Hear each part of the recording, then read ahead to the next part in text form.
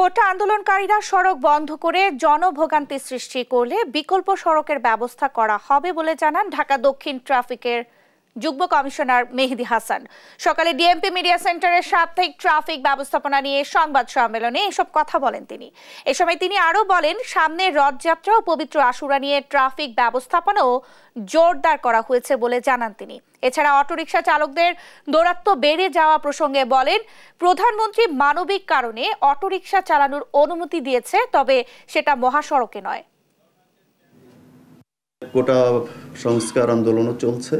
সবকিছু মিলিয়ে আগামী সপ্তাহে আমাদের ট্রাফিকের যে চ্যালেঞ্জগুলো সেটি বললাম, এবং এই চ্যালেঞ্জকে সামনে রেখেই প্রত্যেকটি বিভাগের ট্রাফিকের উপকমিশনারগণ তাদের মতো করে এই ট্রাফিক ম্যানেজমেন্টের ক্ষেত্রে জনভোগান্তি যেন কমাতে পারি আমরা, সেটির ব্যাপারে সকল ডিভিশনে সকল উপকমিশনারগণ কাজ করছে তাদের নিজস্ব পরিকল্পনা অনুযায়ী।